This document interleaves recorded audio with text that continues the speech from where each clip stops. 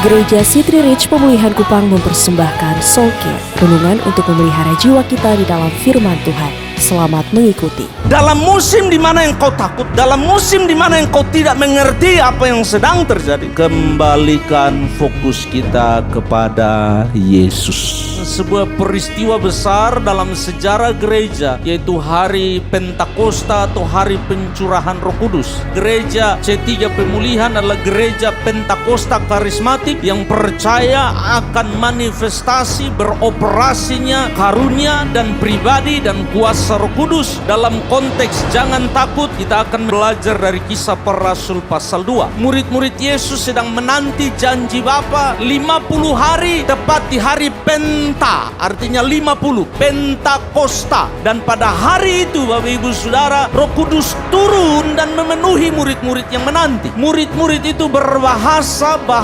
yang lain yang diberikan oleh Roh Kudus kepada mereka. Ayat 5 dan seterusnya, ada banyak orang Yahudi yang saleh. Muncul respon yang berbeda-beda. Bingung, tercengang, bertanya-tanya apa artinya ini, dan menyindir. Hari ini juga ada yang masih sindir. Saya minta di dalam nama Yesus saudara menghormati pekerjaan Roh Kudus. Ada yang menyindir dan mereka berkata, oh mereka mabuk oleh anggur. Waktu Petrus dan murid-murid melihat reaksi respon dari orang banyak terhadap peristiwa itu, Petrus lalu berdiri. Dia sangat cepat berbicara, tapi dia juga tidak cukup berani. Tapi kali ini Petrus sangat berani dan dia mulai berkhotbah. Nah, saya ingin saudara tangkap ini. Isi dari khotbah Petrus adalah menasihati, menjelaskan, mengajarkan dan membela apa yang sedang terjadi. Itu konteksnya. Saudara-saudaraku, dia bilang, pembelaan yang pertama, kami tidak mabuk sebab ini baru jam 9 pagi. Yang kedua, Petrus langsung mundur ke Yoel dan dia langsung menjelaskan kitab Yoel kepada banyak orang.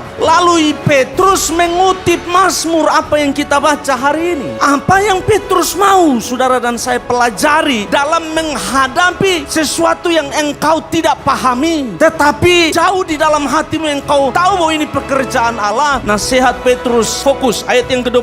Sebab Daud berkata tentang dia, aku senantiasa memandang kepada Tuhan, karena ia berdiri di sebelah kananku, aku tidak goyah. Petrus bilang begini, dalam musim yang tidak menentu, dalam kebingungan, dalam ketakutan, Petrus bilang jangan pernah lepaskan pandanganmu dari Yesus. Fokus. Waktu seseorang fokus Bapak Ibu Saudara, dia memilih memusatkan perhatiannya kepada sesuatu atau kepada seseorang sambil, tangkap ini baik-baik, dia mengeliminasi, dia membatasi hal yang lain. Kunci daripada fokus adalah eliminasi. Kalau engkau ingin ujian dan engkau ingin nilaimu bagus, engkau tidak bisa belajar sambil nonton. Engkau harus mengeliminasi yang lain. Makanya Petrus bilang, dalam musim di mana engkau takut, dalam musim di mana engkau tidak mengerti apa yang sedang terjadi, engkau tercengang. Dalam musim ini ada banyak orang bingung dengan perubahan rencana hidup yang harus dirombak. Banyak orang bingung, banyak orang bertanya-tanya apa yang akan terjadi selanjutnya. Dalam titik ini Petrus menasihati, kembalikan fokus kita kepada Yesus.